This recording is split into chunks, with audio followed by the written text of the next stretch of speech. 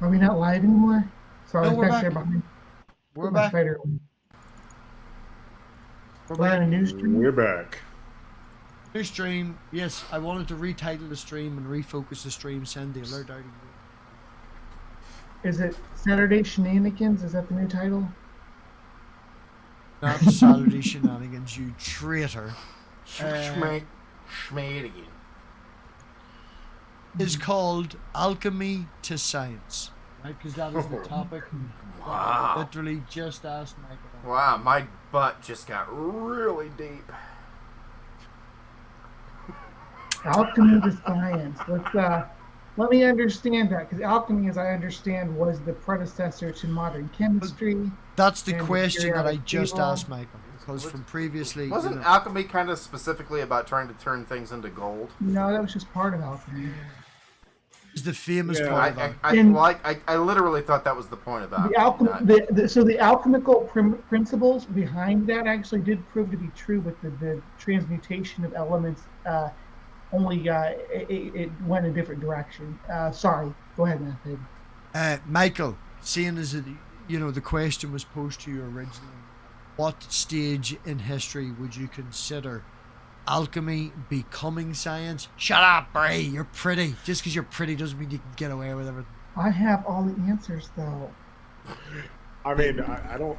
Does Bree have the answer how to get back on stream without being nice to me? 624. Michael, the premise, the question, the original yeah. thing was, what point in history do you think it moved from alchemy to science? Okay, so I am then asking you, not Bree, because the question is to you, although you're pretty, Bree. Loving the outfit. What would you describe? What would you describe as alchemy? Everybody has their own definition of science, and as Bree pointed out, alchemy is... Are you gonna let the man talk or not? I'm trying to stop Bree from talking. No, that's good. Can I ask a question? Can I ask you questions about your question?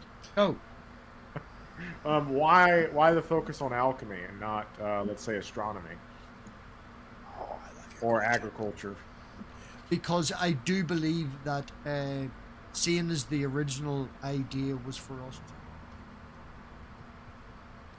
to happen, I would consider the Industrial Revolution. You know, nothing to do with nuclear power or whatever, but the Industrial Revolution and mass production to be more chemistry than physics.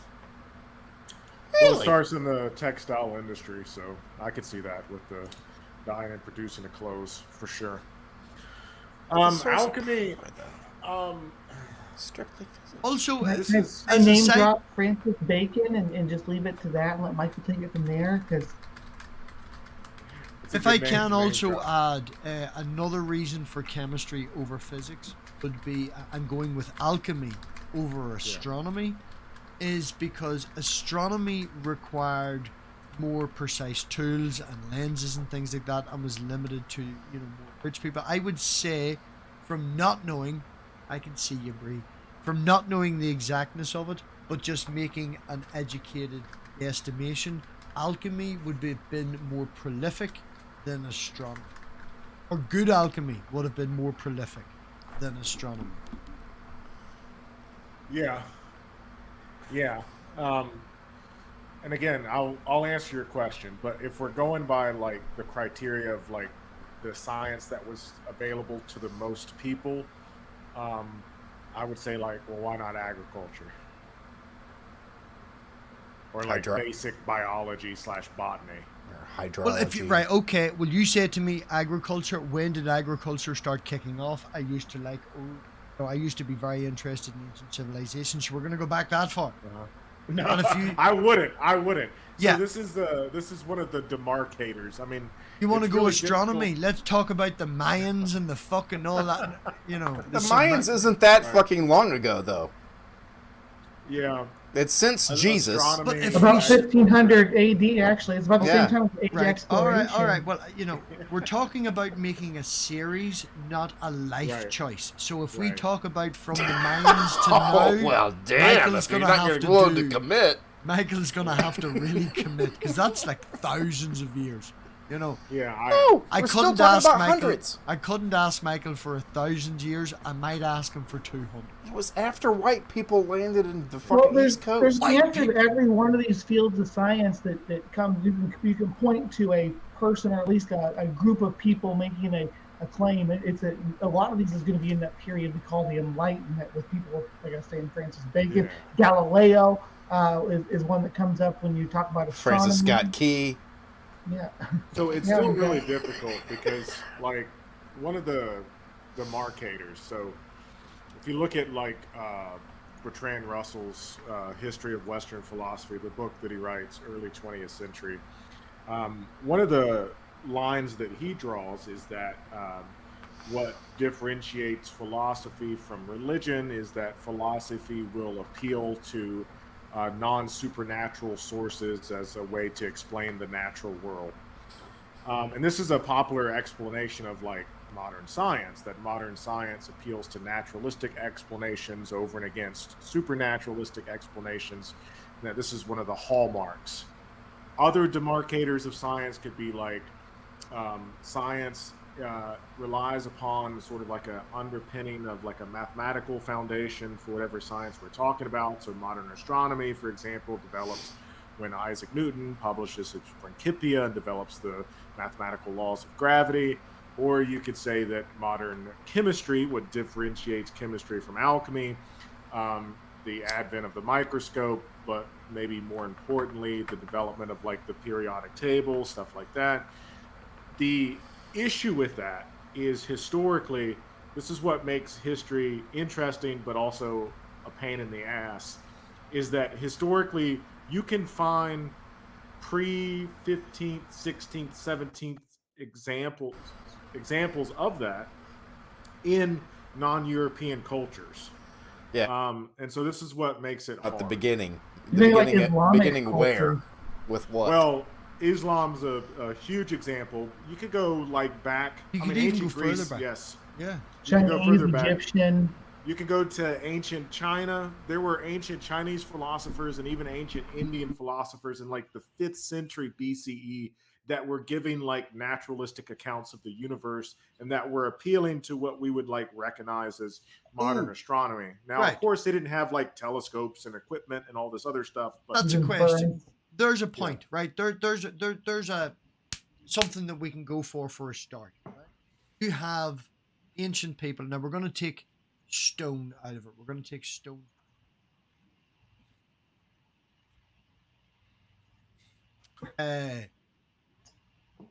Sorry, Artie, I love you. I love you. I'd rather see you sweaty and topless than hear that noise in the background.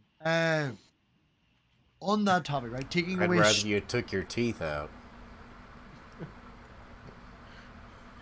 That's what your mom said. And that's Yeah, we can't. disgraceful. We, That really? took me Why like the a fuck were we minute on- to think of that. That's the best I could come up with in a yeah, minute. and if you knew my mom, that would be a really uncomfortable thing to say. Because I look. There you go. Don't be good. Right. Taking stone out of it, as in Stonehenge and that sort of thing. You know, because fuck you, Artie. Don't worry. We don't need to be technological to a point. We can do that with math. You know, they did that from looking at shadows. We've got the sundial, Stonehenge. What point could something be replicated anywhere through technology? yeah. Right? At what point would that science could be so you could ring a guy up on your mobile? Fuck's sake, you'd be telegram, you'd be sending a letter. You know, at what stage did that information break from one culture, one city, one country to another and be like, this is how you do it. Can you replicate this? At what point did that start to happen? Yeah, I mean, that doesn't happen until much later. Yeah, So this is the other thing. Like, so I would say that, you know, science, kind of broadly speaking, appears After the across Mayans. civilizations, going Sci- all the way back. Yeah, science. I think the ancient Chinese had science. I think the ancient Indians had science. Ancient Yeah. Mesoamericans had All over the world ancient was. Egyptians. But modern science. And the modern designation science, modern, as I would define it, Yeah. is the scientific method which includes replication and peer review. Well, that's yes, but I'm going to add some more caveats to that, because if we did that, we'd have to go back to the Islamic Golden Age and start from there, because they had what was the precursor to the scientific method. But that's what I'm talking about, is peer review included moving outside of your culture or country. No. So this is absolutely wild. You had hospitals in Baghdad in like the 11th century that were running like double-blind studies. That is why we use Arabic numerals, because all the medical research done up until like modern hospitals and stuff was all in Arabic. So we started using their numbers to calculate healthcare. And algebra is a word in English. I'm also going to say this, Michael, the further you go back, the more work you're going to have to do. Right? So this is why I say that, right? So, like, yes, I see what you're saying. What I'm going to add to it to make it to where we only have to start in the 18th century is the technological / economic superstructure that creates like funding and the ability to replicate technology and the ability to mass produce the things that scientists are describing. Capacity to communicate to different parts and different cultures, to conduct the same kind of the science in order to defend or detract from what's being.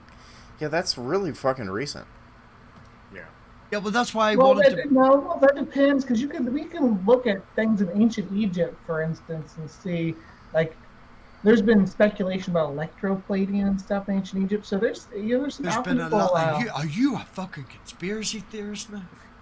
I mean, I cover this stuff on my show. You know the ancient Egyptians had light bulbs. Get over yourself. It's weird that only the pyramids without basements have power, because all of the pyramids have basements. But no, I think the Egyptians did know a lot about at least some of the key elements. That there were properties to gold, for instance, that were not seen in other metals and things like that. I think that the Egyptians were aware of that stuff. I think that's where a lot of the early Islamic world got their information. A lot of it came from those Egyptian libraries and Egyptian sources. But by the same token... No, I have a question, motherfucker. I have a question. Oh, I'm sorry. Yours is way more important than mine. I pointed you. I don't know what the fuck I'm talking about. Way better. Anyway, so. No, it's way better. All right, None of us do. Keep It's talking way better. till I forget. Come on. No. Talk and I forget. So... What...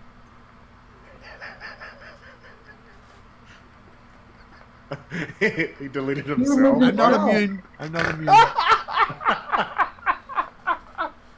Remake your point. I love you so much. I've slammed mine down in my head. Make your Did I make a point? Yes, I was trying to, but then you talked again. All right. With the Egyptians and with the Islamics, right? Would we agree to a certain point? Also, with the adult. Oh, I've been a bad boy. Mm-hmm. With, as you pointed out, with the funding and the superstructure, right? I like the fact that you said superstructure, because it's quite vague. We could say that Egypt was a superstructure. They had a lot of funding and money and stuff. Who fund that research? You know, them people who did that research still got their housing and their funding and their food, as well as with the the Islamic State and stuff like that. With their funding, you know, when they usually moved in, they allowed people to maintain their religions, and they taxed. You know, they had money. They had also a desire, you know, to look into that. I think came from religion, possibly, and heavens and all that sort of. But it drove them in a mathematical route, and the ability to be a superstructure allowed them to have people time to kill, so to speak. People have time to devote to that. The difference is when it came to the 18th century and things like that, we were starting to go into Telegram. We were starting to be able to shrink the world with the advent of communication. You know, agriculture, animal husbandry, both required in order to achieve what you're talking about. Animal husbandry, though, that was conquered. I would say animal husbandry. I'm just saying, creating time in order to have these other things to think about and do required you not having to worry about food. But Pax Romana, though, I think we had pretty well established at least equine husbandry and cattle husbandry. I'm more fascinated why we had to eliminate engineering from the sciences that we were willing to discuss, because I think could the Michael development- answer my question? Engineering is a I think the way the Mayans applied physics versus the way Romans applied physics, fascinating. And they're Concrete is interlocked. starting You to get can't an awful remove lot of chemistry and engineering. You can't, because the way that the materials you use in engineering react with each other is important in chemistry. These are all shortcomings of MathPig. And canals are an excellent point of. He went like he was going to respond to and just went off screen. That was great.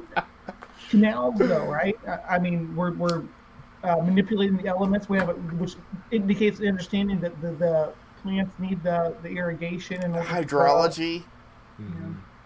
it's seasonal flooding, things like that. But by the golden age by Pax Romana, we had all those things were established. So there was a foundation that we're building on when we come to understanding chemistry. So now we have a foundation of understanding that these different materials work better for different purposes and different applications, and whatever we're engineering, whether it's something small that you're doing in your own home or a giant canal, the materials you use are going to make a difference. And the field of alchemy was really when people started saying, "Hey, why are these materials better than those materials for doing this purpose?" And about the same time, we had the Dutch that were building windmills. Oh no, I'll interrupt Artie. Breeze at least pretty. To Breeze use the power of the wind to do one thing.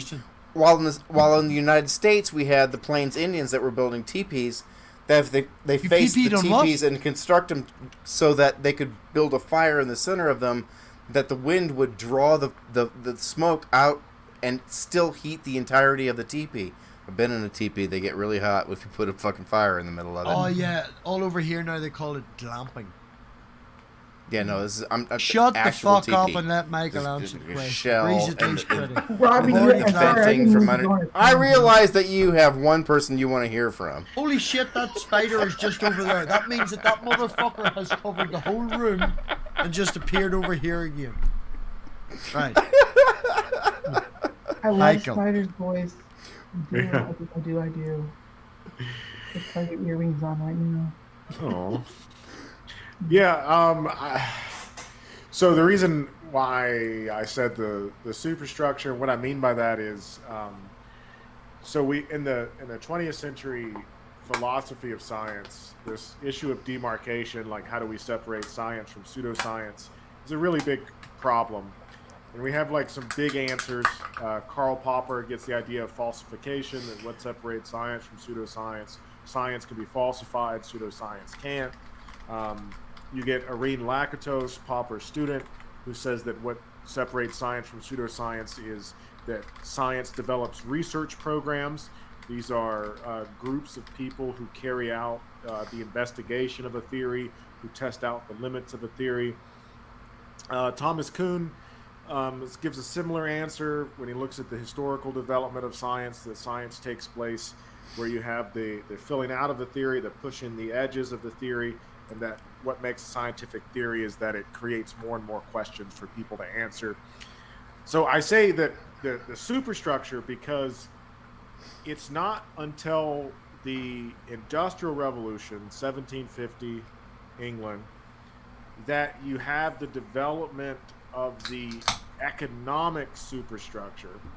So the development of the middle class, development of institutions, all of that comes from the Industrial Revolution, that you get things like research programs that are multi-generational, and science starts to become, for the first time, a communal thing rather than something that's done by an individual or a small group of people for just a very short period of time. That's a good point there to be made. You know, when places like Egypt and these superstructures, as we have referred to, as I made the point, it doesn't break outside the country, the city, or whatever the fuck it is. But with that not happening, is this your OnlyFans? With this not happening, it doesn't get compounded upon. It doesn't get added to. So we figure out how to do this one thing. Get to the next stage, you may need, say, 10 or 15 years of research with their technology at the time to figure out the next stage, and that doesn't happen because a war happens. No communication outside. It doesn't happen because there's a plague. It doesn't happen because they can't be arsed and they don't need to, and then when the civilization dies out, they can't come. It doesn't grow. It takes to the 18th century, the 19th, early 19th century, for it to grow. Bree is just totally just. Why? It doesn't grow upon that. There's no foundation. She's just doing puppetry. She also doing this sort of stuff. I don't know what they were doing out there. Well, that's because she doesn't think much of you. She's not. She doesn't really like you. I mean, I get it. It's understandable. Oh no! Put words in my mouth, Artie. Artie, you need to act before you put anything in my mouth. She's not alone. Did anybody see the picture Just of... saying. Okay, can I point it? Did anyone see the picture of me? I was in Tesco's the other day, total randomness. But what the fuck's a mooli and how do you cook it? It's a giant roots vegetable. It's about that. It's like this size. There's a picture of me on Twitter going, how the fuck do I cook this? It was 50p fresh. It's a giant root vegetable. No idea what to do with it. How do you cook it? I just asked. Well, if you start by taking the skin off of it, and once you've got it warmed up, because you have to get the outside of it warmed up in order for the skin to come off of it. So you just enough friction, but not too much, and the skin comes off in your hands, and that's the beginning of what becomes the wonderfulness, because you take the skin that has peeled off in your hands. And you burn it in something to appease a god. I don't remember. And then you take a knife, a very special knife, one that has been given to you by a guy at the. And you just careful. You just nip the tip. You just tip it. You just nip the tip, and then you sit on it. This is why MathPig has it. You sit on it. And then you pull it up around you like a seatbelt in an airplane. And then wherever it snaps off, that's the size pot that you have to put it in. And then you boil it for 3 or 4 days. After that, you just serve it with some lettuce. This is for... I'm so high right now. There's your giant root vegetable. What do I do with that? I just told you what to do. It looks like it came out. It looks like something that poked out of the water. There's about another 3 inches below. You're not Looks seeing. like something that pokes out of a whale. That's what I was just saying. Listen to what I say. I'm sorry. You said water, and I went right to whale. I said pokes out of the water when the whales are excited. Well, Yes, I was sir. classier with it than you, but I said the same thing. That's a lot of nutrients for 50p. A lot of nutrients for 50p. So back to Artie's point, agriculture. Yeah. That's right. So, and agriculture and chemistry come hand in hand too. That's why I'm saying, why are you cutting off chemistry? Because Cutting it off? I made chemistry the fucking point of the story. You're clearly not listening. You're isolating chemistry.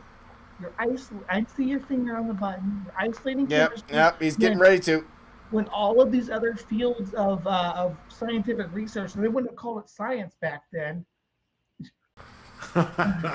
They wouldn't have called it science back then, but all these different fields of research contributed to what alchemy became. You'll see in alchemy tombs and stuff, the old ones, you'll see entire sections on botany and things like that.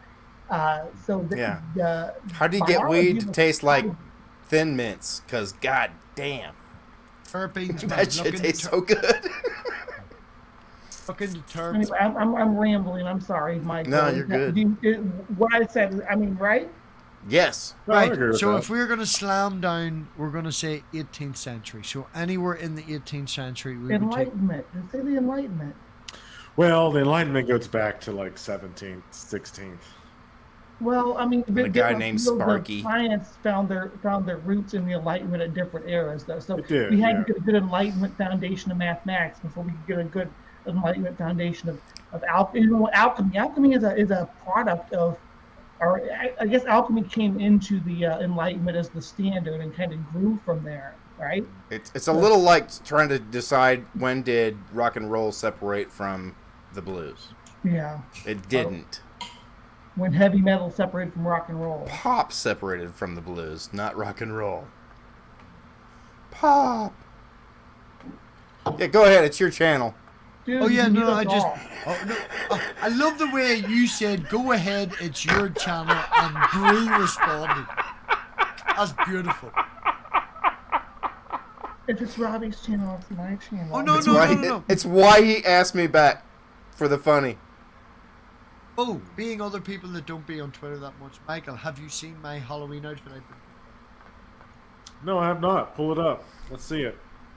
I'll totally judge you. I want to talk with Michael more about I wish you would. bacon because it seems like Michael was like into that. Yeah. Oh, yeah. Bacon's awesome. Mostly MathPig's been humping Michael's legs since he got here. Well, Bacon was an engineer Oh, my. too. I mean, I wouldn't either, man. That'd be great. Michael who? No idea who you're talking about. I'm not mad. I'm jealous.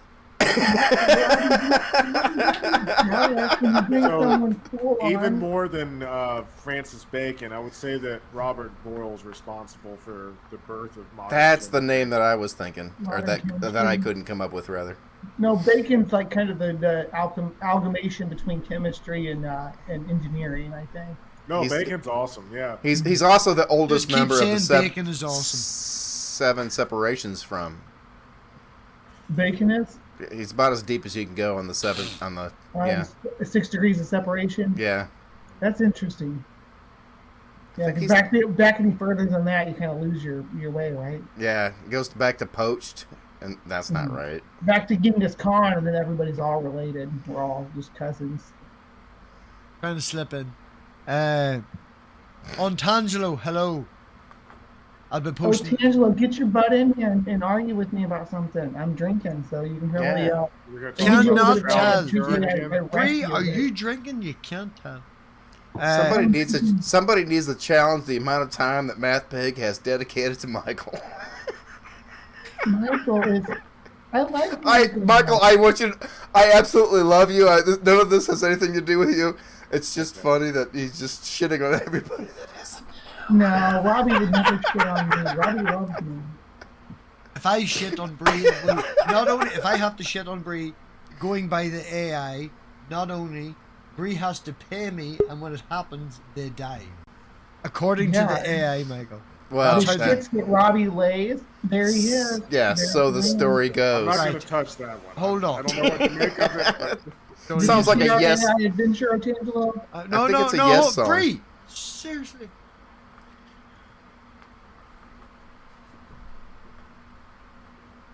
I am trying to tell you the truth. But I'm going to ask on Tangelo a question. I did ask Michael. I'm going to ask on Tangelo. Angelo, from your worldview, what do you think? Sorry, when do you think my audio got better tonight? Another question. What do you consider the time period of when it stopped being, or already had to leave, when it stopped being alchemy and astronomy?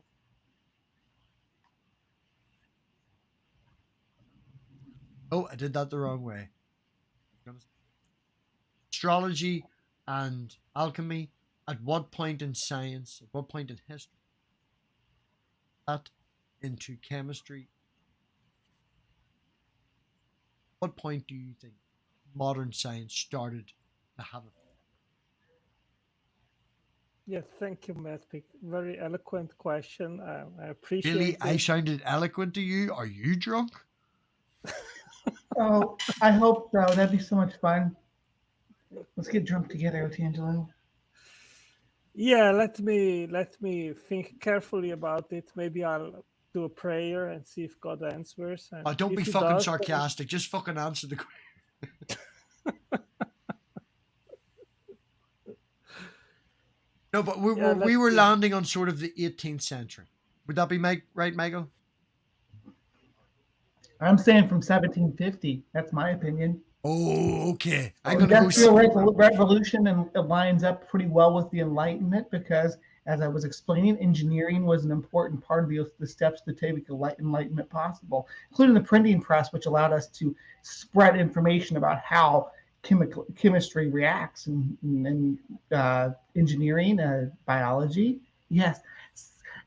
Eat it, Robbie. I am spreading science, and you're just gonna deal with it because I am No, I'm smart and beautiful, and everybody loves me. So I know. I was just pointing out that you said Can't about argue the with that. printing press, and the printing press reinforces the point of what I thought was modern science, being the idea that it's a city in the country. So you're agreeing Now- with me and telling me I'm wrong, and I feel like just giving you a big. no, I'm not telling you you're wrong. I'm just being a bitch because I've been drinking. But Otangelo can probably at least attest to this because he studies a lot of the theology stuff. But before the printing press, the only people who had access to this information were Otangelo. Well, probably the priests, the Catholic Church, and so on. If we can ask, if Antangelo gets the chance to answer, giving the context that I interrupted, so it's my fault. I did interrupt, but then everybody interrupted me. But if Antangelo can answer, giving the context.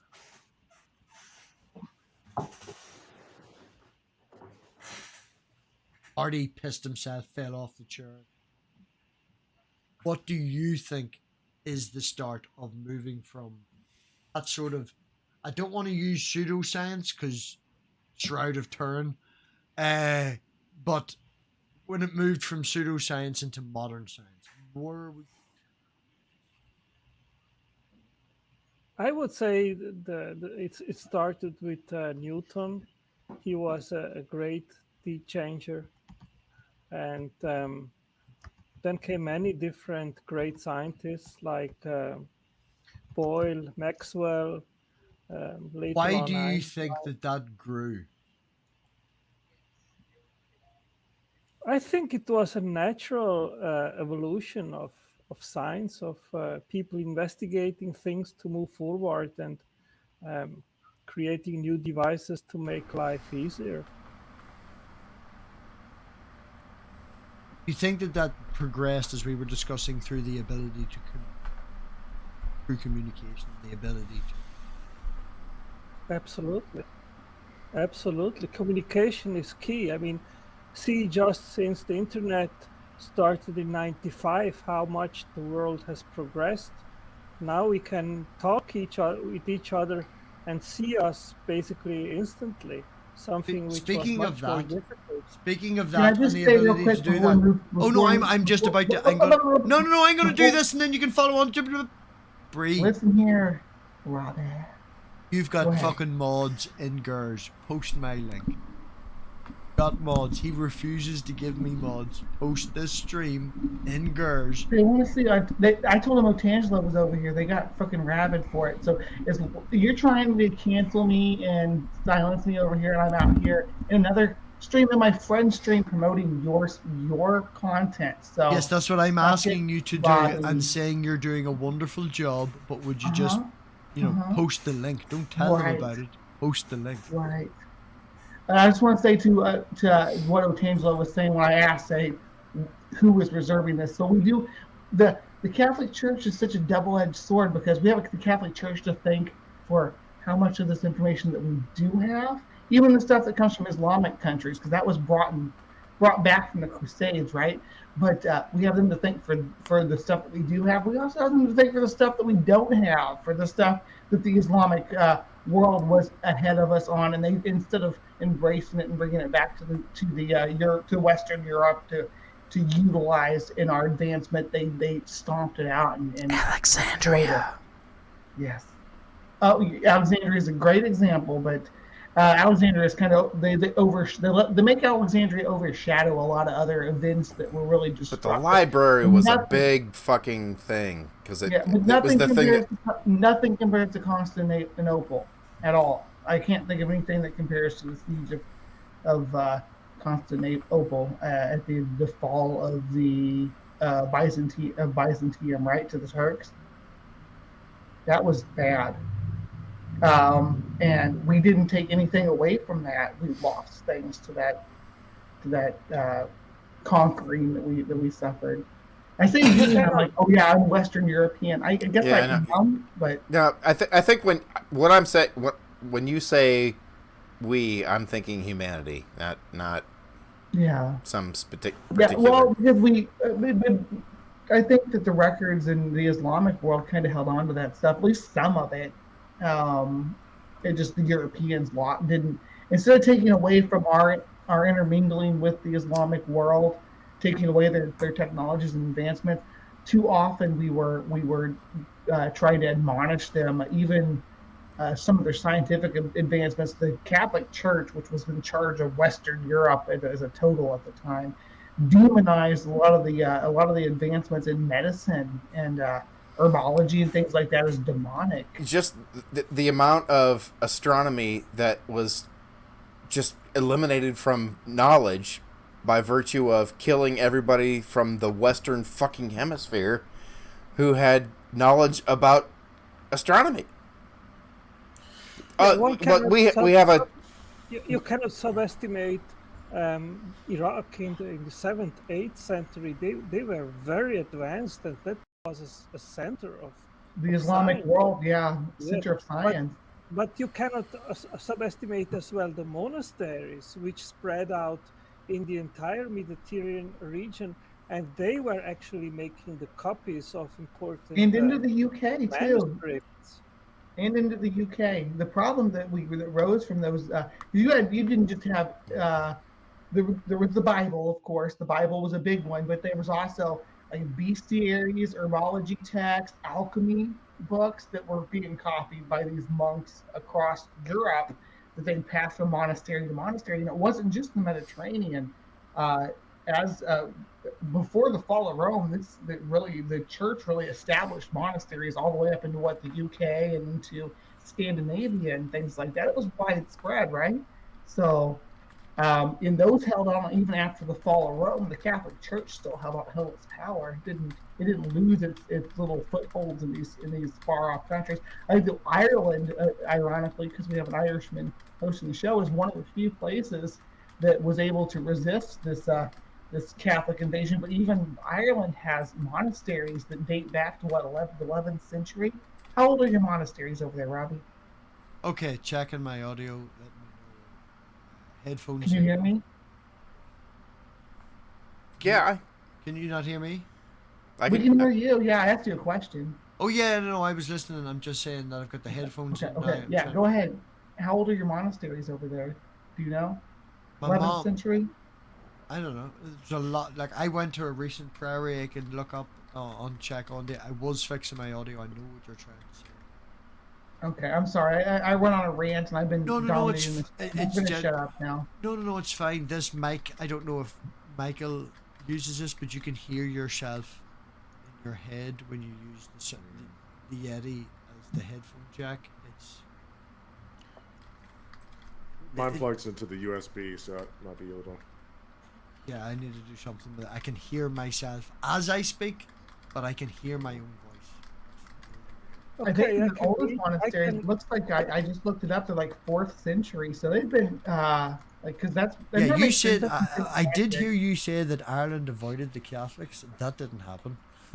Well, I mean, no. Ireland is one of the few places that resisted, that actually put up a historical resistance that we have records of, because I think because of the Druids, right? Because of their verbal or oral history that they maintained down through the centuries. That we have a quote here. Christianity first came to Ireland in the 5th century, around 431 AD. Most people in Ireland that time believed in pagan gods. Only a few pieces of evidence survive from this period, so it is clear who the first Christians in Ireland were. So pretty early. Yeah. So yeah, the Catholic Church. That's a good example of what we were talking about there with the spread of the monasteries, right? And that maintaining records. What we know about ancient Ireland and the history of those islands, of the I guess the British Isles is what they what we know about that is what was reserved by those monasteries as well, huh? And here in Wikipedia says that Christianity is and has been the largest religion in Ireland since the 5th century.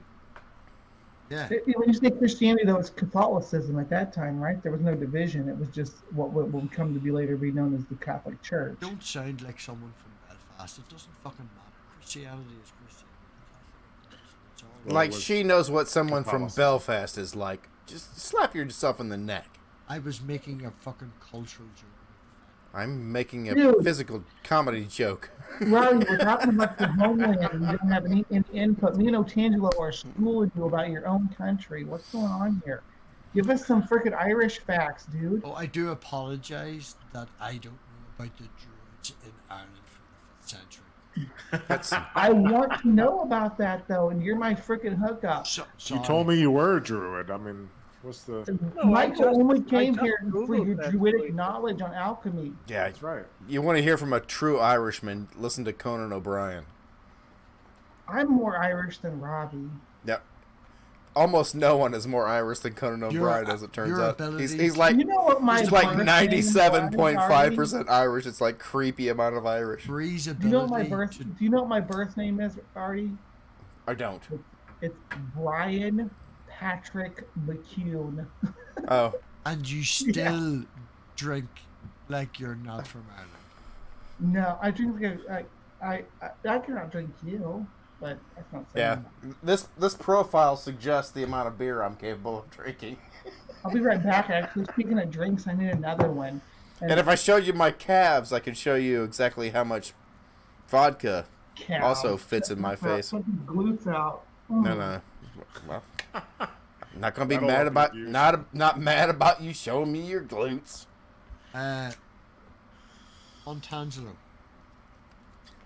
did you get to answer your question? I can't. Okay, your sound just shit in the middle of your comment, or was that me? No, there's a particular distance. The last one was That's- citrus. This one's tropical punch. So we'll see if that's better. MathPig, that's snug for that volume. There you go. It's all a test. Right as always. So I'm telling you that thing about pointing it towards your ear.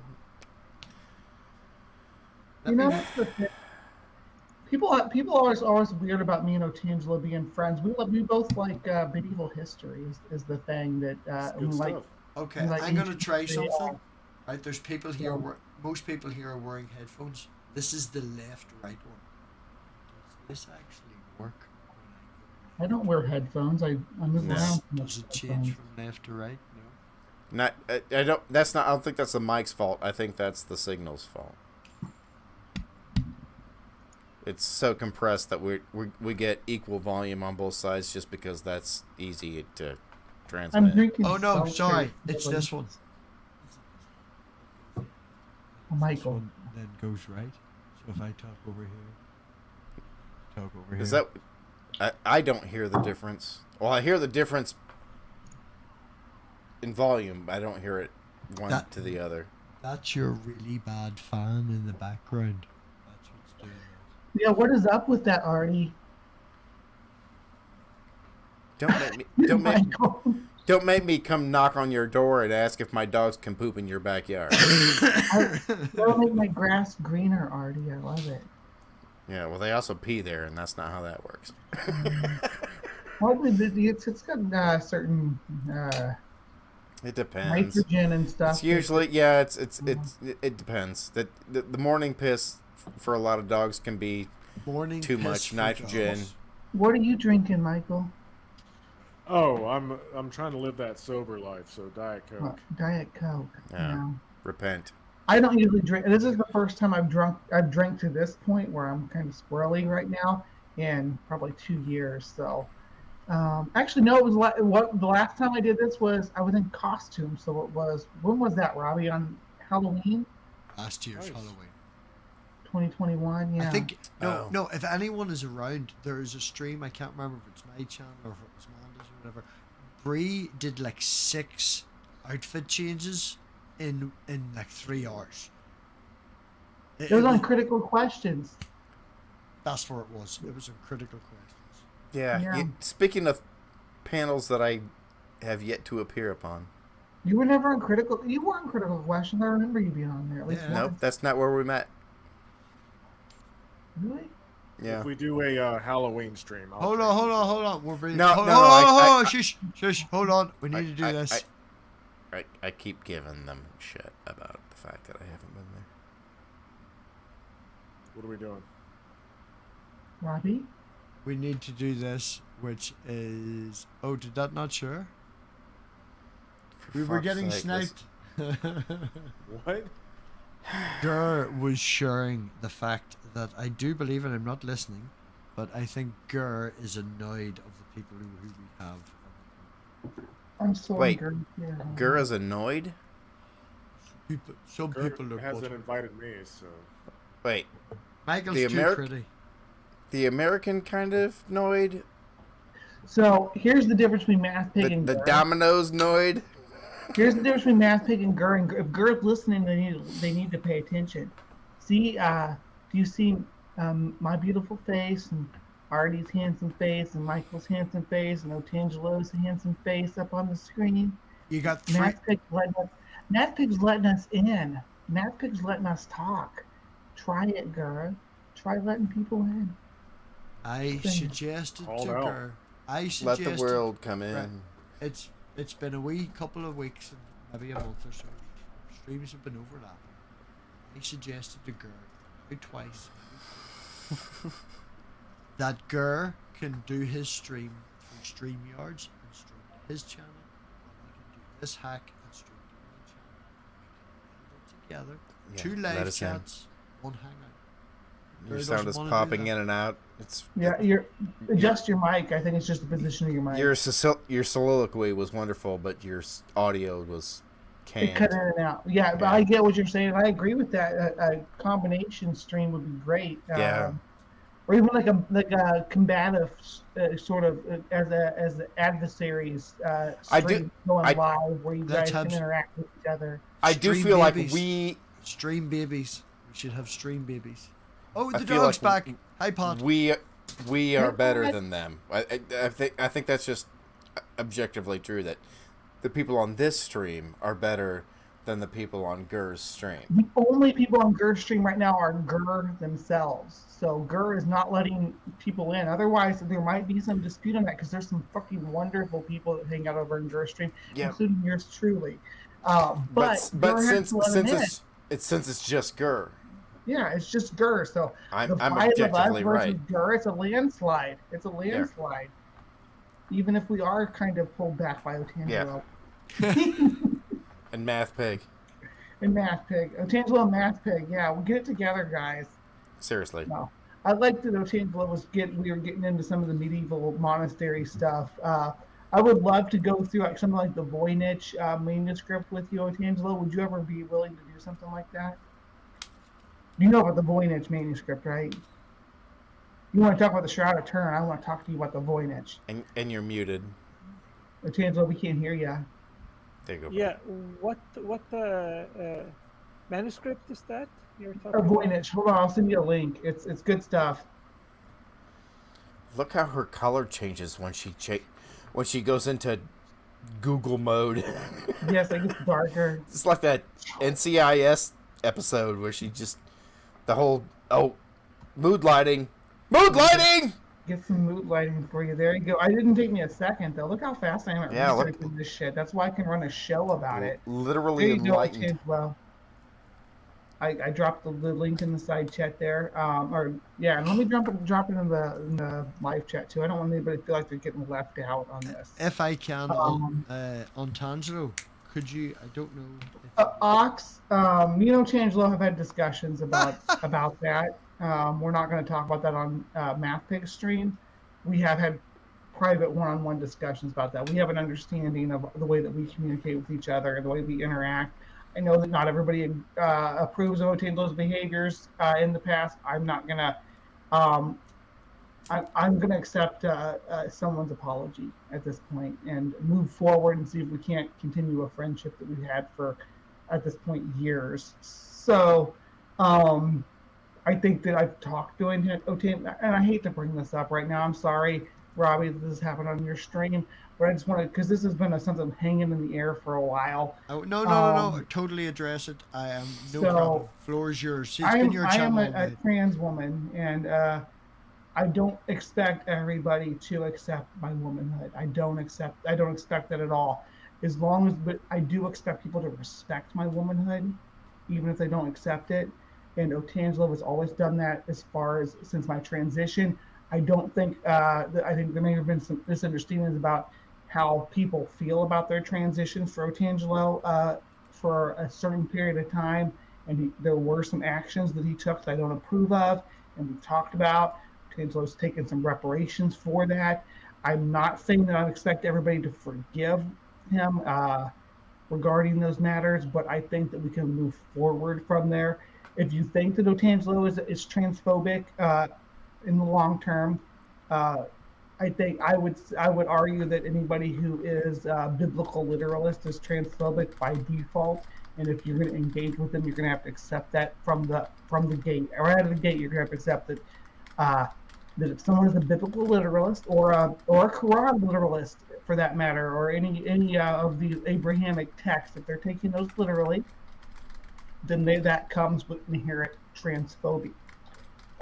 And if you're going to engage with them, you're going to have to come out into the conversation understanding that and saying, hey, I understand you don't think that I'm actually a woman because you think that that God created souls with genders or whatever, but can you please, just for the sake of us having a conversation and continue to interact with each other, respect that I am presenting myself and expecting to be accepted by society as a woman.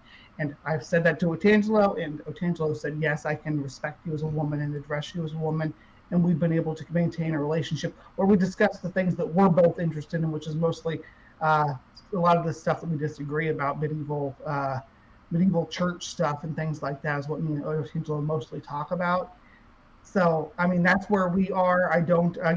There's been people that Otangelo has to deal with the repercussions of his engagement with them and how he engaged with them personally. That does not involve me. I'm a different person. I am not, as a trans person, I am not on a committee or anything. I'm making decisions as my own person who I want to engage with. And I kind of follow Amy Newman, my good friend, in that regards, and whether I'm going to engage with these people because they're Christian and the Christianity or biblical literalism is inherently transphobic. Can we not engage with them because of that? If not, then what's the point? What is the point in having this community at all if we're not going to be able to engage with people on the other side because of the inherent nature of their belief system? So, Ox, I do respect your opinion on Otangelo's behavior and his encounters with each other can be hinged on that, and you can say, hey, I choose not to interact with you because I feel your transphobia or these encounters that you've expressed that people in the community have interpreted as transphobia are too much for me to want to interact with you. I respect you for that, Ox, and I will stand beside you to say, hey, you don't have to interact with Otangelo. You don't have to engage with him. You can consider him, what he says is hate speech and things like that. But as long as we're able to engage respectfully, me and Otangelo, we're going to continue to do so because we like the same kind of topics. Okay, I'm done. Woosa. I think that was right. No, I appreciate you saying that, Brie. I really do. Yeah, that's where people keep coming at me about it and wondering where I stand on it.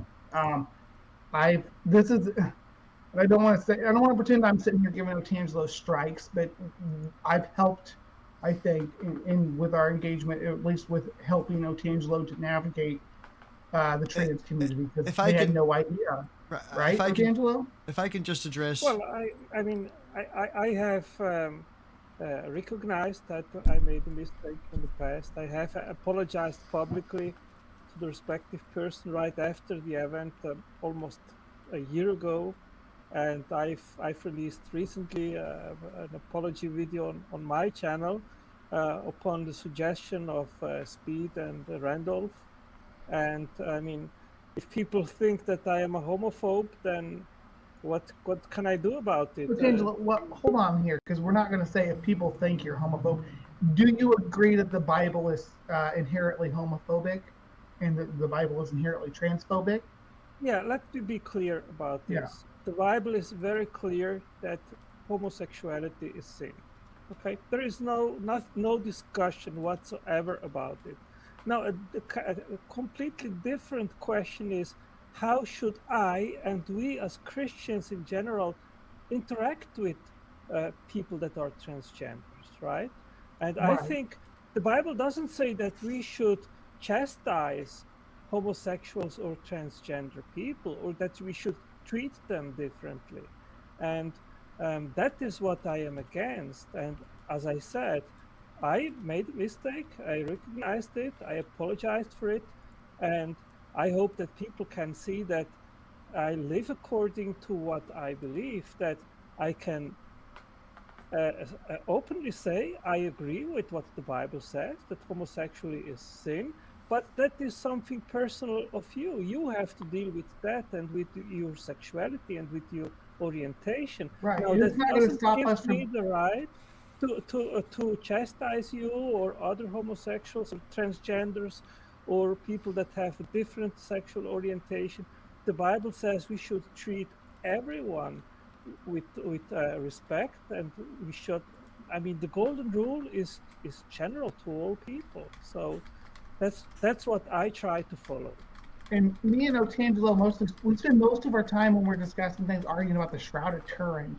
Does whether or not Otangelo accepts that I'm a woman, as long as he's willing to engage with me, under the stipulations that he treats me as a woman, does that have any? That's not going to have any bearing on our discussion about ancient piece of cloth sitting in a museum in the Catholic Church. Ontangelo's Right? subscribers probably went up about 5 or 6 the other day. I'm in Discord of people who would consider themselves to be scholarly and stuff like that, as the one set up by Spartan.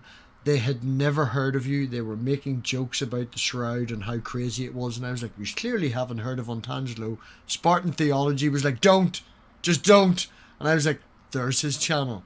Go and check out Ontangelo. So you might have some new people turning up. And he has S.J. Tomlinson in his corner too, so she's out there promoting that. You should get her together on your channel over there if you want to go pro. Turn. Spartan just turned up. Spartan must have heard Spartan, me. we're just talking about this. Literally just turned up. TJ. Anyway, Michael, so do you agree about Hello, Simos. The syncing up of the age of discovery, the age of, or the Enlightenment, and I want to say it's like precursor to the Victorian era and Victorian science, but Enlightenment in general lining up with these engineering and spiritual even innovations. Yeah. So in general, I think I'm somewhat on board with most of what both you and Ontangelo said. There's a little bit I would nitpick about, but I don't want to be like that guy, so I won't be. But I love friction, so I'll be that guy. Don't worry, Michael. You do you. I'll be Simon, that guy. I love you. Come on, give me some friction. Argue with me about something. No. I've been drinking. I'll argue with everybody. You also flashed your ass. Yeah. Use the word friction in a way that I didn't expect. No, I'm with you for the most part. My big thing, and I'm kind of coming up with this criteria on the spot, and I'll probably think about it and then regret saying it later, which is kind of story of my life. But so I think the reason why I'm hesitant to start with the early scientific revolution, where it kind of traditionally starts, if you think of the lineage of Copernicus, Galileo, Kepler, Newton, kind of that ilk. The reason why I'm hesitant to say like that's the start of modern science, Right out of the Renaissance, right, is because those people. There's a couple of reasons. One, Da like I Vinci said on that before, list too. well, yeah, you can include the Renaissance thinkers if you want to. And Franklin. The reason why I'm hesitant there to include that as the beginning of modern science is because those people were kind of what I said before. One, those people were working largely on their own. Newton's literally just sitting up in his little office in He's a Cambridge, like philosopher. writing away just like mathematical theorem after mathematical theorem, like cutting himself off in the world. There's not a whole lot of interaction, and because there's not a whole lot of interaction, there's not a whole lot of what we understand to be like the modern scientific discipline of I submit a paper, Bree critiques that paper, Simos does another study that refutes that paper. Like, there's none of that. That doesn't start happening until later. And the second thing is these people are still very, very much rooted in like theological assumptions. So even somebody as like scientific as Newton is still going to make claims like the idea of absolute space and time is predicated on the idea of an absolute being, that being God, right? Or Kepler, who's arguing for the ellipses of planet and their motion around the sun, is still going to say like, and this aligns with our idea of celestial harmony. And the reason why there's celestial harmony is because the spheres have to rotate in a particular way to make music, as they all this crazy stuff that like a 21st century cosmologist would be like, come again, right? So that's why I wouldn't start it there. We can like unpack that a little bit if y'all want to, but yeah. And I'm geeked up on caffeine, so I apologize. I feel you, man. A lot of caffeine. Digital Hammurabi, Dr. Josh, I assume, has just turned up. So thank you very much. Josh. Hold on. Just if I also, right, as much The as pre-supper. Josh the pre-supper.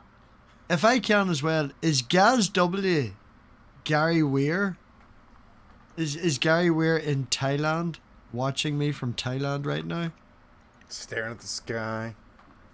Thinking about holding you in his arms. Gary Weir's a guy I've known all of my adult life. He went to I thought you said grr. No. Can I just Eric 106? I wasn't trying to steamroll the show. It's just this Otangelo thing's been going on too long. People asking me where I stand where I stood on the matter. They're in Vietnam. That's where I stood. It is Gary Weir. Gary Weir, it's all see this joint, that's all Gary's fault. First time I ever smoked weed was in Gary Weir's party at his house when his parents went away for the weekend. Yeah, it's all Gary's fault. It's all Gary, Gary's you bastard. Yeah. But so yeah. Anyway, I wasn't trying to steamroll the show of what I'm talking about, because when Dr. Josh shows up, in the side Get chat, professional. I'm gonna go put it on my always shirt. comes down Yeah. to, Dr. Go put on something with buttons. And Dr. Josh and Megan, And Megan, yeah. the freaking wonderful Megan, who just I love her hair. I just want to say that. That's a side note. Yeah, the new do. I'm with you. She's always doing something. I'm going to say something controversial off of that. I think I appreciate Megan's scholarly work more than I do Josh's. I'm just going to... Yeah, well, that's what I was going to say. With Megan being so fantastic, you gotta look at Dr. Josh and kind of you get. Don't talk about that.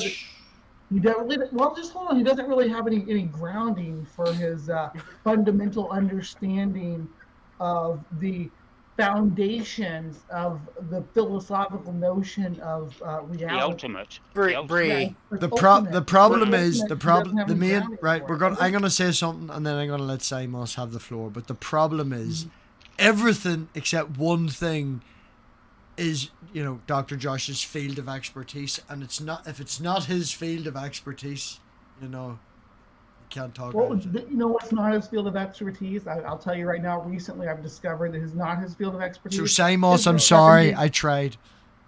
It's the 7-day cycle. Okay, Dr. Josh totally got snowed on the 7-day cycle. We all know it. We all saw it. So that's biblical truth that Dr. Josh is unable to refute. Look, the Did man Dr. is out there. He is cute. He's cute. He's just really fucking cute. The links are out there. I do encourage. Dr. Josh, oh my God, yeah. I do He's encourage. he's actually articulate, not Swoon. That should I work. actually don't know. Holy why, shit! Why The atheist AI chose to community- mute everybody, but fucking Untangelo. I did mute everyone, and the AI decided Untangelo should have the floor over me.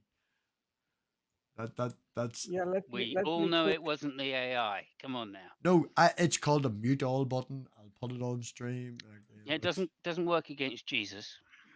Everybody can I want unmute if they Simon's- want, but I just want to say Lutangelo's immune to the mute all button. Don't you know that? the links out Oh. there. I would encourage Gary and And Digital Dr. Hammer Josh, come to in both here. come in. Dr. Come Josh, here, Josh. I have some- Simos, a the question. floor is yours. Thank you. I have a question for Dr. Josh. So please do come in. It's to do with science and bastard. and ancient history. So Old of course, people. and so you might be able Round to help a things. little bit. But I don't know. The People. question I really came in to ask was the question I really came in to ask was the tie-up between. I mean, is mathematics a science, Michael? That's the question I really came in to ask. And it has the title, of course, honorifically of being called the Queen of Sciences. Michael, I'll kick him if you want. Just say the word. No, Just no, say. no. That's why Kick I'm him glad where? Simo showed up. So, oh God, I'm glad none of my philosopher friends are going to watch this.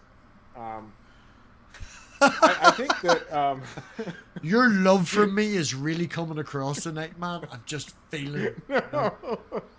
because I'm not going to be like as careful, but so I don't think it's a. Oh gosh, so Simos to the short answer and then the rambling long answer is like I think that science at some basic level requires some sort of empirical support / testing to happen. And of course, mathematics isn't empirical. I think that mathematics is a foundational tool for science, and I think that mathematics provides the language of a lot of sciences, especially modern day 21st century physics is predicated on mathematics. But pure mathematics in and of itself has no, I'll just say it and then Simos, you can critique me. Pure mathematics is just a language. In and of itself has no reference to reality. So until it's paired with something, and until mathematical descriptions are paired with empirical observations, that's when it provides the basis of science. But in and of itself is not a science. Just like formal logic in and of itself is not a science.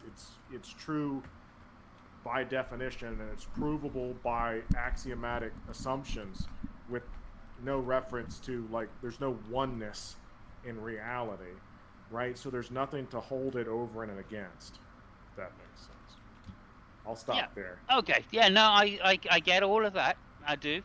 And I would agree in some respects. I think what the point about science, well, what makes a modern science, right? Let's distinguish the two, because what I'm calling science is modern science, and I think that starts with the Industrial Revolution.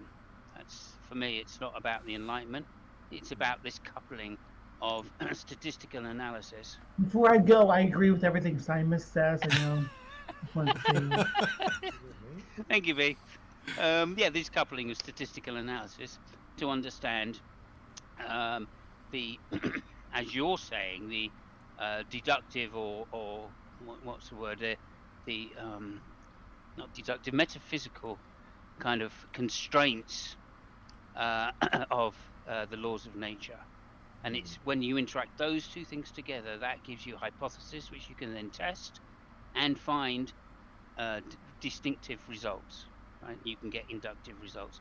So I think that's the point about modern science. And before that, I call it natural philosophy, like many did before. Okay, and that philosophy is because it's based upon these regulatory laws, which, as you say, are based on axioms, which are not, necessarily empirical in nature.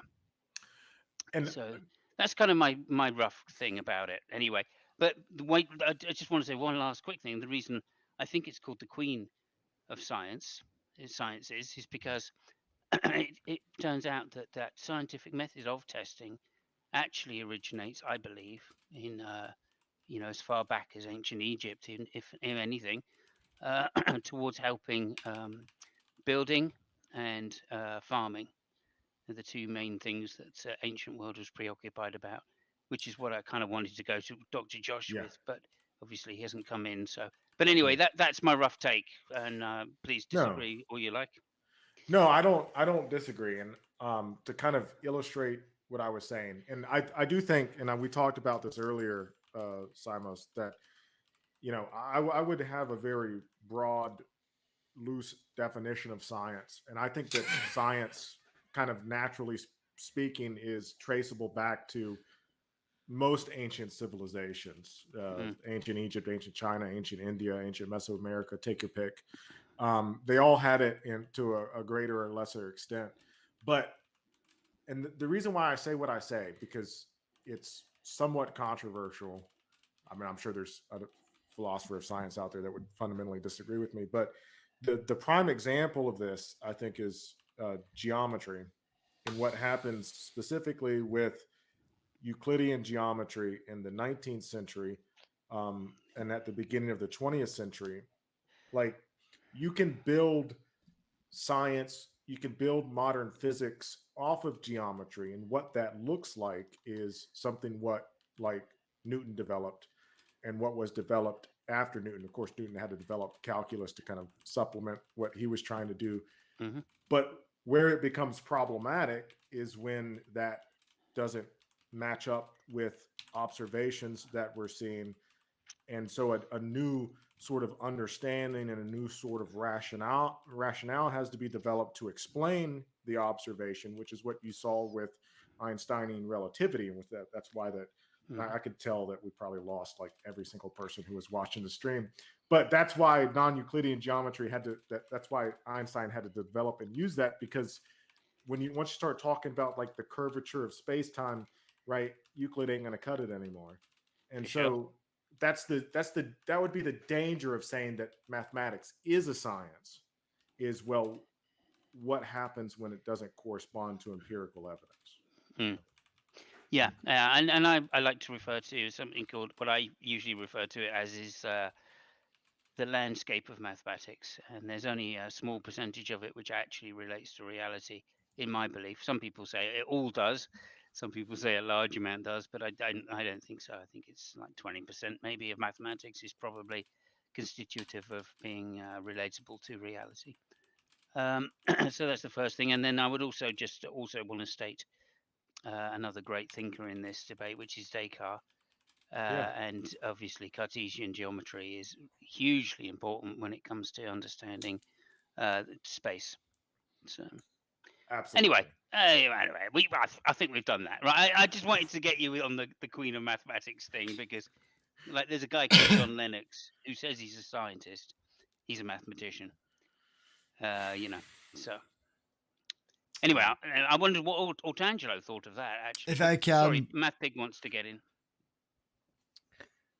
Well, I think that there is a long-standing demarcation issue of what is science, how you define science. And I would certainly disagree with Michael that just what is testable can be defined as being science. I mean, we have so many different faculties of science which deal with the past and with the question, how did things come to be? That includes archaeology, geology, evolutionary biology, physics, astronomy, and all these faculties of science, they deal with the past, with how things started and how we explain these things.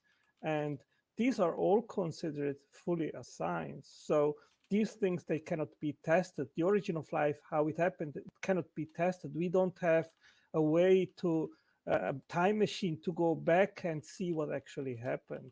So I think that mathematics should be regarded fully as a science. I mean, what is the name science meaning? It means knowledge. So what we try to gain is knowledge in regards of various fields. So I think that it can perfectly be expanded to include mathematics and all these faculties which deal with issues in the past that cannot be tested. Can I offer some clarification on what I said there? Let me just show this a second. Financial Service Compensation Scheme information sheet. Do you know what this doesn't mention? Gödel's incompleteness theory. Okay, thank you. Yeah, so I would say that when I mean like empirically proven, I don't necessarily, I mean, the types of experiments that are run in the different sciences differ in the claims and in the outcomes. So you mentioned like evolutionary biology. Evolutionary biology can be predicted empirically. I mean, what that means is if you look at like when Darwin first published his Origins of the Species, 1864 or one of those dates. Don't quote me on that. 1860s. 1859 was the first 59. edition. There we go. Yeah. I was close.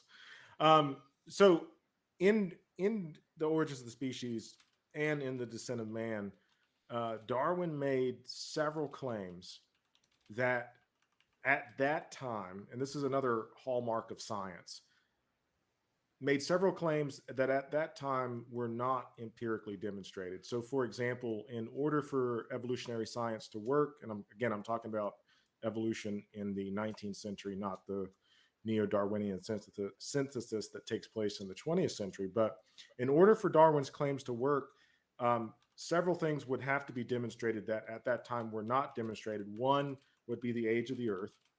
Evolution needed a really, really long time. And at the time of Darwin's writing, the best guess of geologists like Lyell were that the Earth was about 50, 60,000 years old. It had to be much, much older in order for what Darwin claimed to take place to have taken place. Probably more importantly, Darwin didn't have a concrete mechanism whereby natural selection would happen. That wouldn't happen until the development of genetics by Mendel much later. And so one of the hallmarks of a scientific theory, and this is where I think that mathematics wouldn't quite fit that definition, is that they make predictive claims about the nature of reality that are within a certain time frame empirically verified. I think mathematics can describe a description of empirical reality, and through mathematics in fields like physics, we can make predictions. But again, it's not that the mathematics themselves are math itself is empirically verified. It's the claims made by these other sciences that are empirically verified. So yeah, evolutionary biology can be tested and has been tested repeatedly in the 19th, the 20th, and the 21st century. Yeah, let me add to what I just said. Before we even talk about evolution, maybe it has to be defined what is meant by evolution. And you probably know that it can have and does have different meanings. And there are parts which are undisputed, which, as you said, can be tested, have been verified, have been confirmed. And creationists like me do not dispute that data. But when it comes to the big claims, to the claim that everything started from a universal common ancestor, and from there the tree of life exposed and folded and created all that variation and diversity of life, these are the claims that are in dispute. And obviously, we cannot observe processes which supposedly took millions of years in order to verify if they actually happened. So that is the part which cannot be tested. And there is a lot of philosophy that comes in. I mean, I read science papers on a regular basis. And if you do and see the conclusions of many evolutionary science papers, they are much philosophy and guesswork and not conclusions based on verification. Yeah, sorry, Otangelo. I thought this was going to be like a stream where I'm sitting here cracking jokes with MathPig. I appreciate the conversation though. So, I mean, maybe what the hang up is our understanding of what prediction means and what empirically verifiable means, because I think with something like biological evolution and descent from a common ancestor, like, yeah, you can't test that in a lab, but if descent from a common ancestor is true, then there ought to be some facets of biological life that ought to show that. And I'm not a biologist, and biology is not really my thing. So you're kind of pushing the limits of my knowledge here. But if descent from a common ancestor is true, then there ought to be some things that we observe in the natural world. And I think what scientists have found throughout the 19th and 20th century is that those things, in fact, do appear to be the case. Variations in species across continents, all of that, and it's something I'll talk to you about, Angelo. Yeah, I'll let you take it away, Bree. But just because it's not like confinable to a lab experiment, that's not what I mean by like empirically tested. That can also mean like if the theory says X, then we ought to observe X in nature. And I think that's what's happening with descent from a common ancestor. When it comes to ecology statistics, the empirical evidence is more in a statistical form than in a laboratory test form. I think is where the disconnect is, because when you're studying ecology and the way that different organisms interact with it in an environment and the impact that they have on the environment, you're looking at statistical numbers. You're not looking at a laboratory experiment, something done where we see how something changes, under controlled conditions. We're actually out in the field studying these organisms in the way that their allele frequencies shift under different ecological pressures.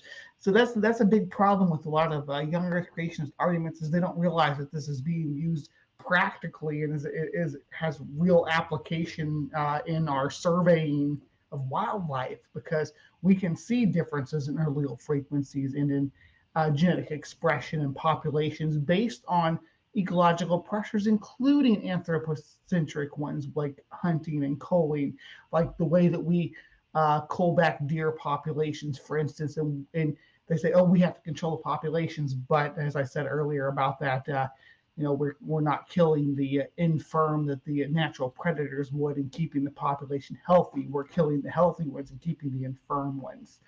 Sorry, MathPig, I didn't mean to. No, I just wanted to say thank you. I know Deconverted Man's heading to bed, and it's quite late. They're getting ready. Well, MathPig, I didn't expect that this would evolve into a debate or discussion about evolution. But anyway, I put in the if you can, Antangelo, if you can, Bree just pointed out. I know it's Bree's channel. Bree gave me the floor, which was very nice of her.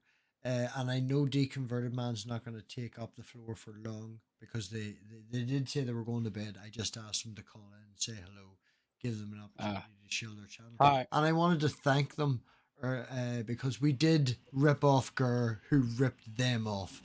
So it didn't. I missed it. I'll have to go back and watch it then. You missed nothing. It didn't land well, man. It's not my okay. field of expertise. I couldn't get it. I give it to Bree. That went better. I don't have the randomness in me, I'm not English Pig. It's on Bree's channel then? Oh no. What I did is, instead of sharing my screen and me being in charge of the story, I handed the power to Bree. Oh, okay. So Bree then got. I thought I did all right. Did I do okay? Oh yeah, I can do. Yeah. You did great. Yeah. Gurr's was very good. You should watch Gurr's. Gurr tried to put me at his feet crying in a bar and slap me around with dollar bills, and by the end of it I'd shot him twice, stabbed him in the throat, he'd a hole in his face from ox shooting him, and I ended up as a ghost that haunted a bar forever. Very good. Mine was very simple. Like I didn't put as much face. Into it like Gurr did. So I think like it's just it will. I think it worked. The AI, like, it will generate a lot on its own. So it made me the main character. It wouldn't let Gurr make himself the main character. Yeah. He tried to it. Just said, no, Bree's the main character. The stuff that you're trying to give yourself, Bree has. I also think the fact that, we've been pumping Gurr and MathPig kill each other as a phrase into the AI for like 2 days straight, no matter what scenario we come up with, even even when Bree started the story with us being together with kids and snuggling in bed, it came and ended with us fighting and killing each other.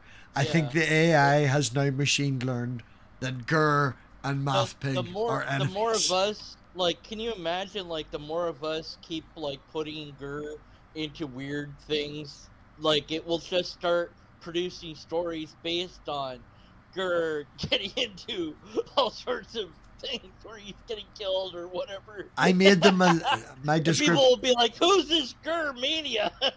Artie went with being a little porcelain garden gnome.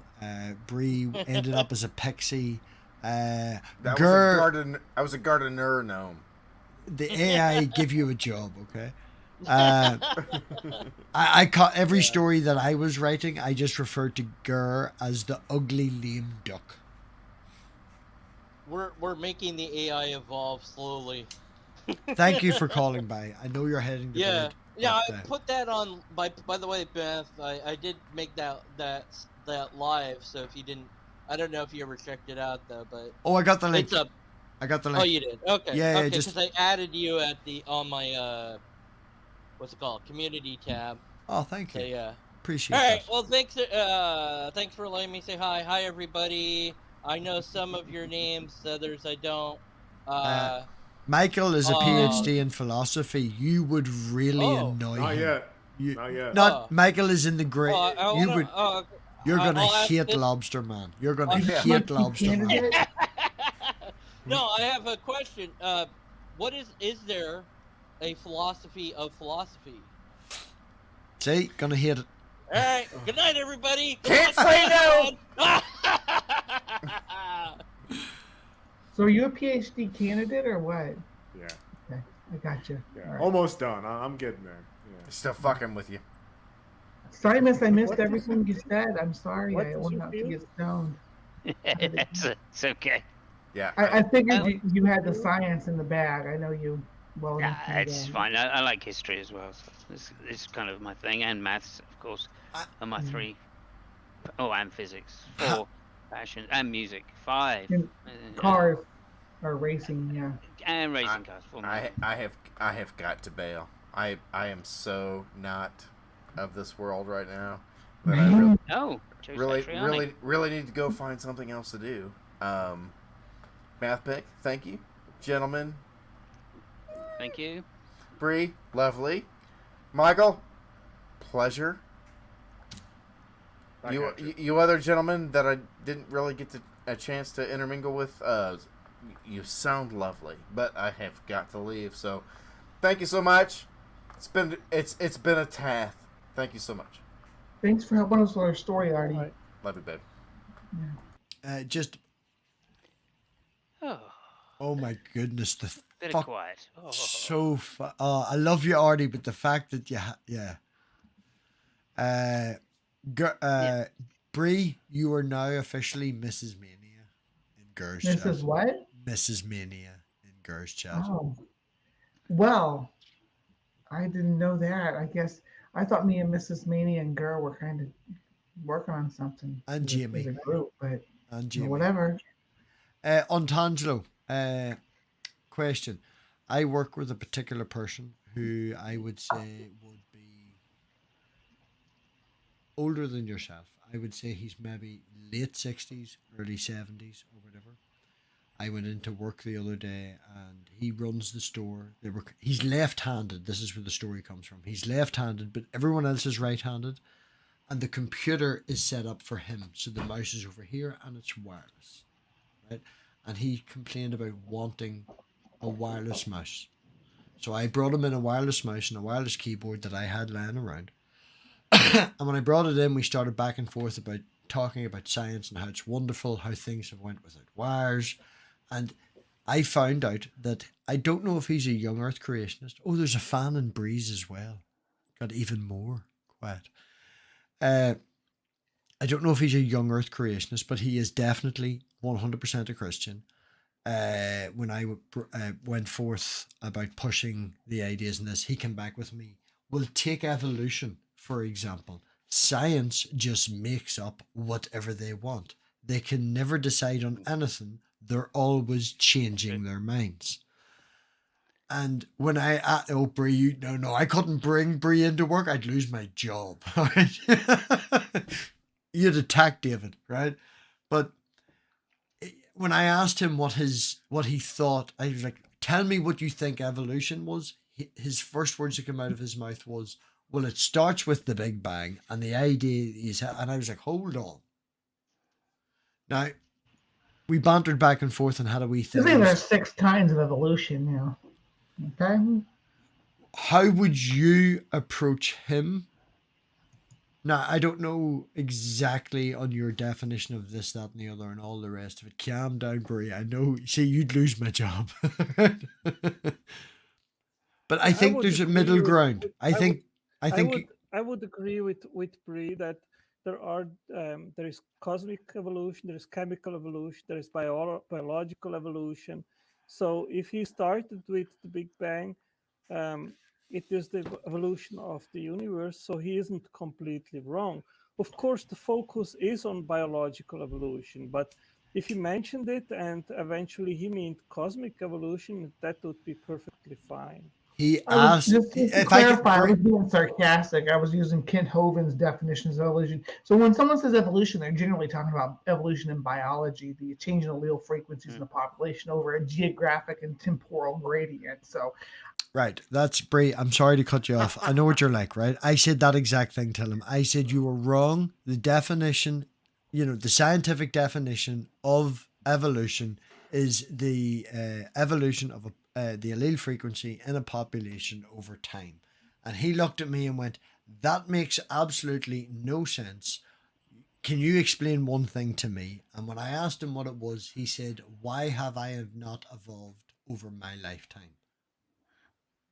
And I was like, "What do you mean evolved?" I says, "I've developed different patterns." And I was like, "My fingers are probably, more dexterous or thicker. I can lift shit out of the oven and it doesn't hurt me." Epigenetic expressions of biological characteristics induced by his life's experience. That's true. That does happen. Yeah, like my fingertips have learned to lift things out of the oven. My mum's a chef. That's something that's up, but that's not evolution. Well, I mean, when you're throughout your lifetime, when your body tells you things, because that doesn't always happen. When your body tells you, "Oh, in this event, there's this contingency that your body is going to respond this way." Like you're talking about your fingertips. Say you play guitar, your body tells you to develop calluses on your fingers. Yeah, that's a genetic trait that doesn't necessarily have to express itself, but can express itself in a certain scenario. Now, so, the point I made to him, right, to exaggerate it, was the difference between me developing hardened skin on the end of my fingers was that if I raised every generation for the next 6 generations in a kitchen where everybody had to lift this, that, and the other, and it was beneficial for the people to not have to go looking for gloves because they can't, because they live in a kitchen, then they would evolve probably being born with fingertips that are harder and could be lifted. But it's a generational thing over time. There's actually in ecology, we actually have within the human species, we have an expression of this, not with the fingertips things, but with there's the indigenous people that live down at the southern tip of South America. Are you going to say the people who can breathe for longer? And they live in a coastal environment, and they are evolved they can hold their breath longer than normal. That's he said to me that sort of shit would never happen, and that's the exact fucking example that I used to him. Oh my God! Literally has.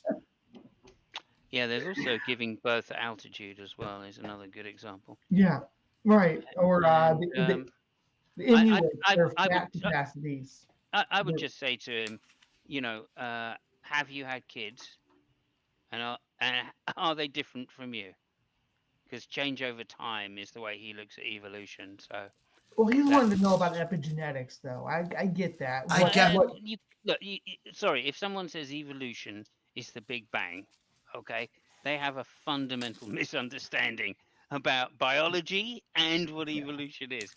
Now, yeah, okay, you could say evolution by the theory of natural selection. Maybe an evolution, but if you're just saying evolution is change over time, I'm sorry, you don't really understand what the word evolution is. Simos, it gets worse than that because I flipped it Exactly. after he had no understanding of what evolution was, and I goes, "Can you demonstrate God?" And he stood up. Yes. Okay, well, there you go.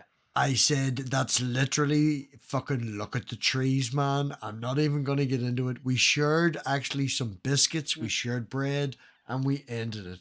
And about 20 minutes later, he came up behind me and he slapped me in the back. He goes, "It's all a bit of banter, Robbie." I was like, "No, but," and he's still, we get on, he's good, he's no bother or anything. Yeah, but that's nice. That's nice. he stood up, MathPig, and that was his MathPig, when he evolution. said, but when he said, "Look at the trees," you didn't buy it? He stood up in his chair and went, "I exist. I'm here. Look at me." It's Oh my gosh, Otangelo, your whole thing is look at the factories, buddy. Come on. Yeah, I love that true. analogy. I think it is very powerful. I know you do. I've listened to it for, again, like I said, what, 3 years now. I've been arguing with you Well, about the if you're in- factories. if you're into evolution, then you're going to hear that, right? Because it's the, I mean, it's you know, it's, well, I mean, I mean, it's a logical fallacy, of course, because you know, we have no examples of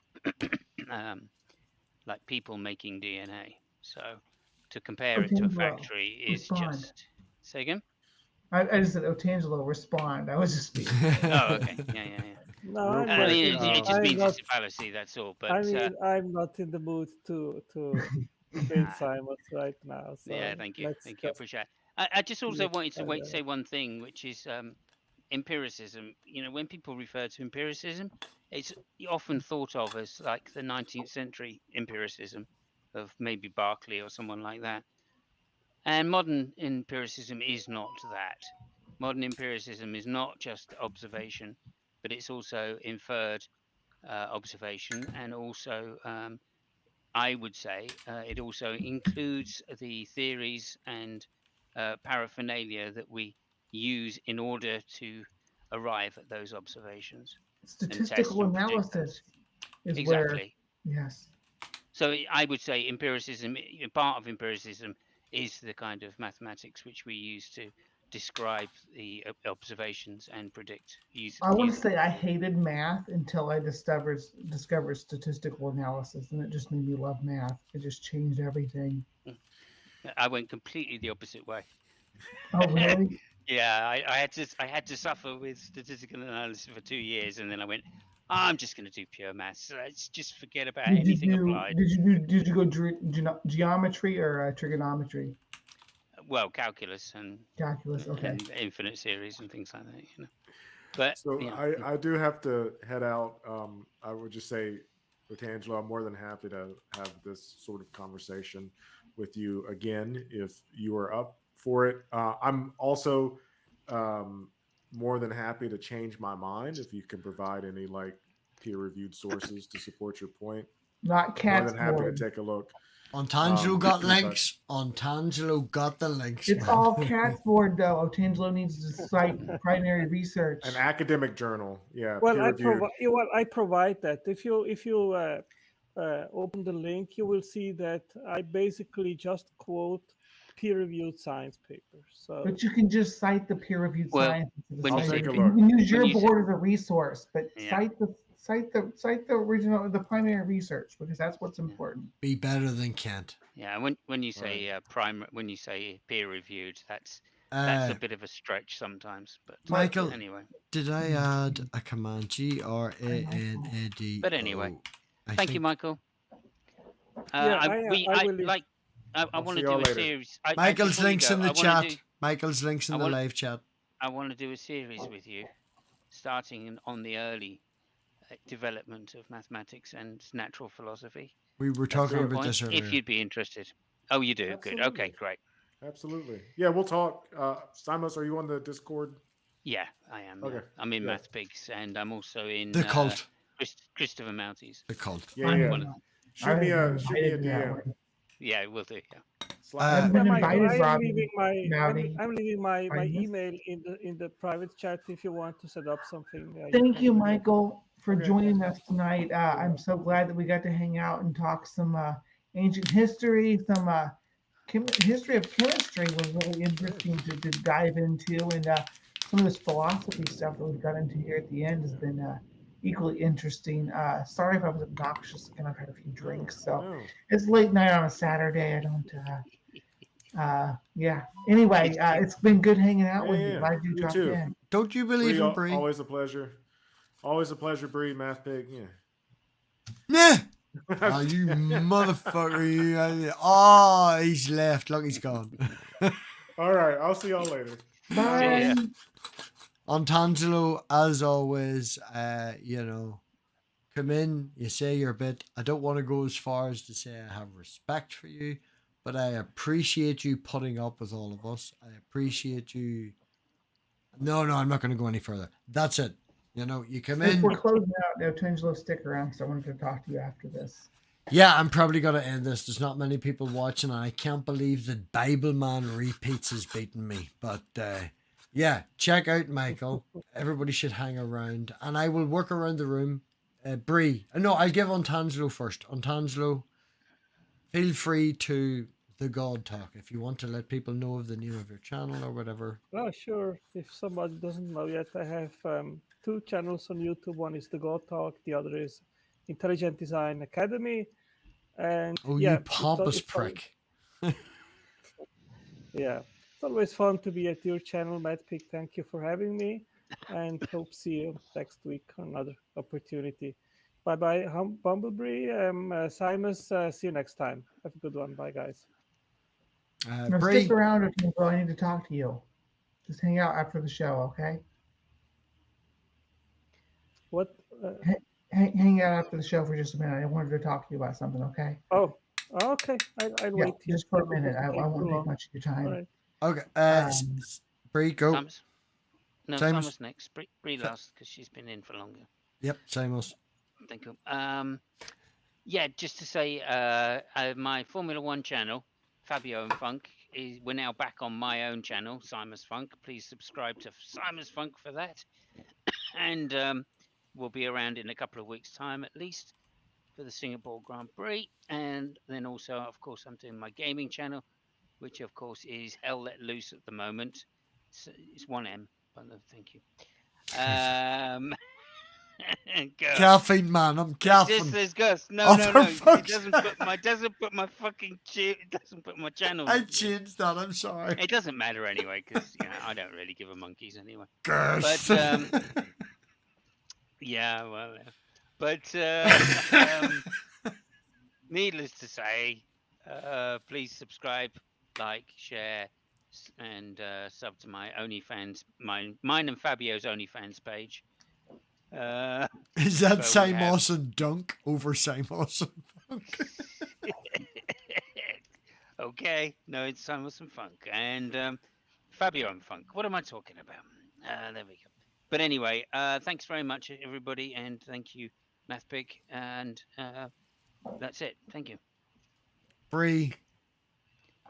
Hey, yeah, I'm Bree from Hive Science, and I have a show that's on Saturday mornings at 9:30 a.m. Central Standard Time in the U.S.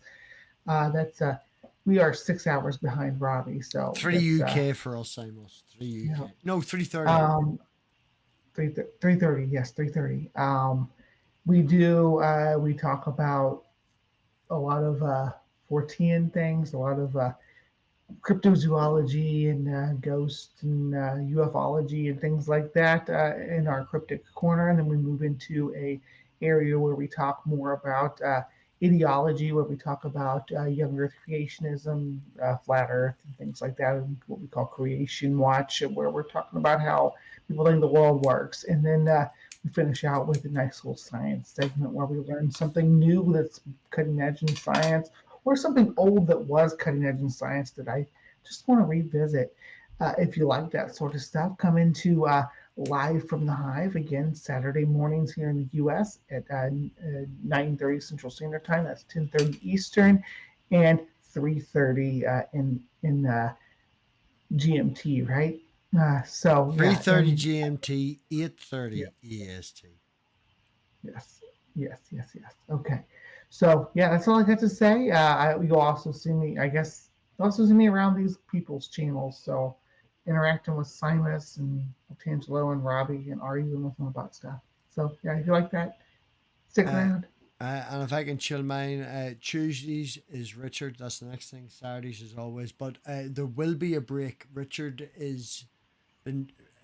I don't want to give Richard's business and personality or what he does or whatever. But Richard works in houses, and in the next couple of weeks, he's going to be moving to a house that has nothing. To do that house up, he will be living there.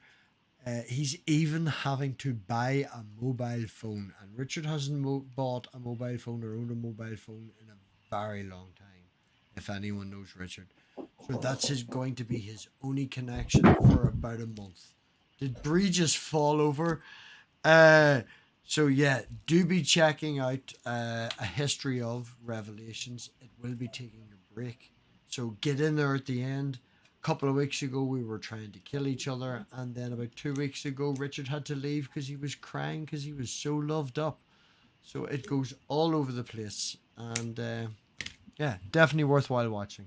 I do very much enjoy it. Thank you everyone for coming around, and thank you for the mic again to the particular person who has got that. It's thank you. It's wonderful. The community, the pigsty, the people who support, we all look after each other. It's been wonderful and tolerant. I thank everyone for being so tolerant. And on that note, fuck everyone, and let's not be tolerant. I shall see you all later. Venus. Libya.